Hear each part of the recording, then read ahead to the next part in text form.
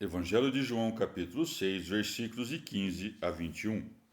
Jesus, sabendo que o viriam arrebatar para o fazerem rei, retirou-se de novo, ele só, para o monte. Quando chegou a tarde, seus discípulos desceram para junto do mar e, tendo subido numa barca, atravessaram o mar em direção a Cafarnaum. Era já escuro e Jesus ainda não tinha ido ter com eles. O mar começava a empolar-se por causa do vento forte que soprava. Tendo remado cerca de 25 ou 30 estádios, viram Jesus caminhando sobre o mar em direção à barca e ficaram atemorizados. Mas ele disse-lhes: Sou eu, não temais. Quiseram então recebê-lo na barca, e logo a barca chegou à terra, ao lugar para onde iam. Palavra da salvação.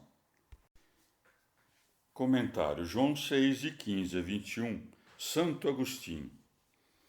Isso não se opõe ao que diz Mateus. Subiu sozinho no monte para orar. Mateus 14, 23.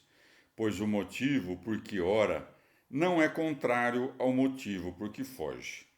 Nesta ocasião, como em outras, o Senhor ensina-nos que há grande necessidade de orar quando há razões para fugir. Contudo, era verdadeiramente rei aquele que temia que o fizessem rei. Não um rei constituído como tal pelos homens, mas o rei que dá aos homens todo o reino. De fato, ele reina eternamente com o Pai como Filho de Deus. Os profetas tinham anunciado o seu reino e, fazendo-se homem, constituiu os seus fiéis como cristãos, que são o seu reino, reunido e comprado pelo sangue de Cristo. Chegará o dia em que o seu reino será conhecido por todos e que o resplendor dos seus santos será manifesto depois do julgamento que ele fará. Mas os discípulos e as multidões que acreditavam nele pensaram que ele tinha vindo para reinar desde já. Por isso quiseram arrebatá-lo e fazê-lo rei.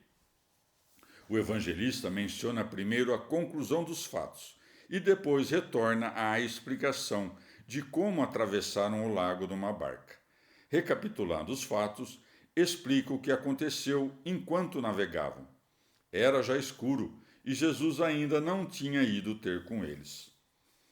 Isso não se opõe ao que foi dito antes por Mateus, a saber, que mandou os seus discípulos subirem na barca e passarem antes dele à outra margem do mar, enquanto ele despedia as multidões, e que depois, quando já as tinha despedido, subiu sozinho no monte para orar.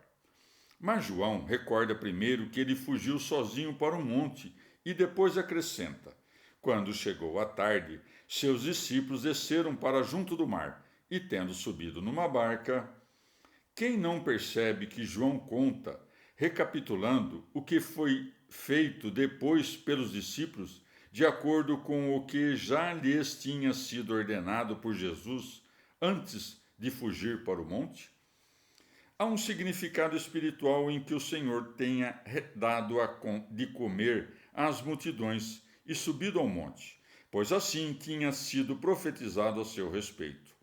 A multidão dos povos estará ao redor de ti, e tu te sentarás no alto sobranceiro a ela. Salmo 7:8. Isto é, quando a multidão dos povos estiver ao teu redor, retornarás para o alto. Mas por que o evangelista disse, fugiu? Se, caso o Senhor não quisesse, jamais poderia ser detido? A razão disso é que sua fuga representa outra coisa a saber, que a sua sublimidade não pode ser compreendida. Com efeito, quando não podes compreender algo, dizes: Isso me escapa. Fugiu sozinho para o monte, porque se elevou acima de todos os céus. Mas, quando já estava estabelecido nas alturas, os discípulos sofriam na barca com a tempestade. Aquela barca representava a igreja. As trevas já tinham abaixado sobre eles, e com razão, porque não havia luz, pois Jesus não viera a eles. À medida que se aproxima o fim do mundo, crescem os erros e a iniquidade. A luz é a caridade, conforme de João. Quem odeia seu irmão está nas trevas. 1 João 2,9. As ondas que agitam a barca, as tempestades e os ventos são os clamores dos réprobos. Onde a caridade esmorece, aumentam as ondas e a barca agita-se.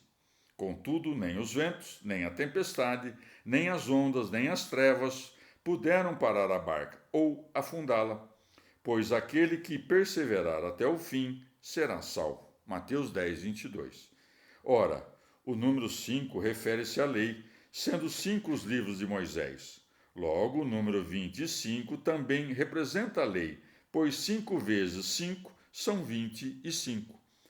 Mas a essa lei, antes do anúncio do Evangelho, faltava a perfeição que é expressa pelo número 6.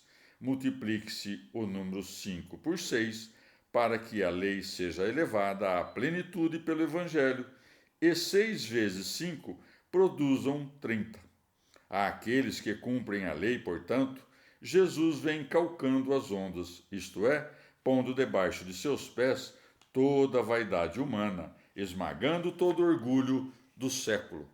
No entanto, tão grandes são as tribulações que mesmo os que creem em Jesus temem perecer.